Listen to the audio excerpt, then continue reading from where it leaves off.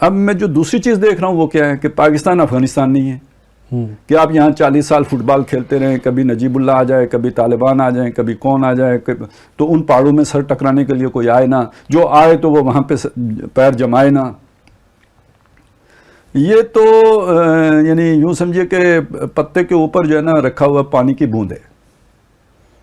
میں بھی جو ہے نا وہ ایک قطرہ ہوں برگے وقت پہ ٹھہرا ہوا ہے، اس کی مصداق پاکستان تو یعنی اس چاروں طرف سے خطرات میں گھرا ہوا ہے.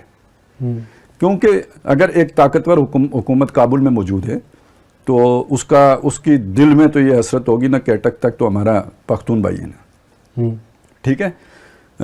اگر وہ ایران کے پاس ذرا سی طاقت ہوگی تو اسے بلوچستان پہ اس کی نظر آئے گی.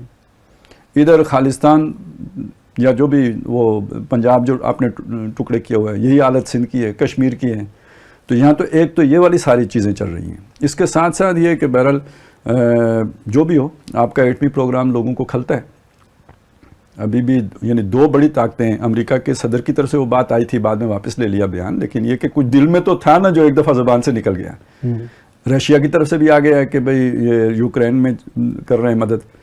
تو یہ ایک طرح سے زمین ہموار کی جا رہی ہوتی ہے، رائے عامہ انٹرنیشنل رائے عامہ بنائی جا رہی ہے آہستہ آہستہ آہستہ آہستہ. تو کسی چیز کی طرف بڑھا جا رہا ہے. پھر یہ کہ آپ کی یہ جو ملٹری پاور ہے یہ بھی عراق کی نہیں چھوڑی گئی، لیبیا کی نہیں چھوڑی گئی، شام کی نہیں چھوڑی گئی. ایک مصر رہ گیا ہوا ہے، سعودی عرب رہ گیا ہوا ہے، لیکن ان کی کیا ملٹری پاور ہے؟ ان کے مقابلے میں ترکی اور آپ ہیں. اور ترکی تو خیر چلیں بہت حد تک نیوٹرلائز ہو چکا ہوا ہے، تو آپ ہی آپ ہو. پھر تو اگرچہ کہ کوشش یہ ہوگی کہ آپ بھی سرنڈر کریں، لیکن اگر نہیں کرتے تو خطرہ تو ہے نا، آپ پوٹینشیل تھریٹ تو ہے نا. تو گویا یہ نہیں ہے کہ خلا ہے انٹرنیشنلی. آپ جس جگہ پہ موقع پہ موجود ہیں آپ کے ارد گرد گدھ ہیں کہ جو آپ کی لاش کو بمبوڑنے کے لیے تیار ہیں. اور کچھ انٹرنیشنل جو بھی طاقتیں ہیں ان کی نظر میں بھی آپ کا ایٹمی پروگرام کھلتا ہے بس باوجود بس بہت لہٰذا آپ اگر اندر سے کمزور ہوں گے تو جیسے آپ کا مدافعتی نظام کمزور ہو تو کوئی نہ کوئی وائرس آتا ہے.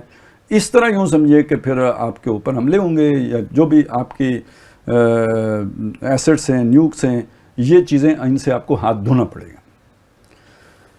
تو صرف یہی نہیں ہے کہ ان فائٹ ہوگی، صرف یہی نہیں ہے کہ ہمیں جناب آپس میں جو ہے نا یہ تبعیہ ایکشن کا ریئیکشن ہوگا. پھر ہمیں وہ ایک پڑوسی کی یلغار کا بھی سامنا کرنا پڑے گا، کیونکہ ان کے اپنے عزائم میں گریٹر ہندوستان کے بھی تو ہے نا.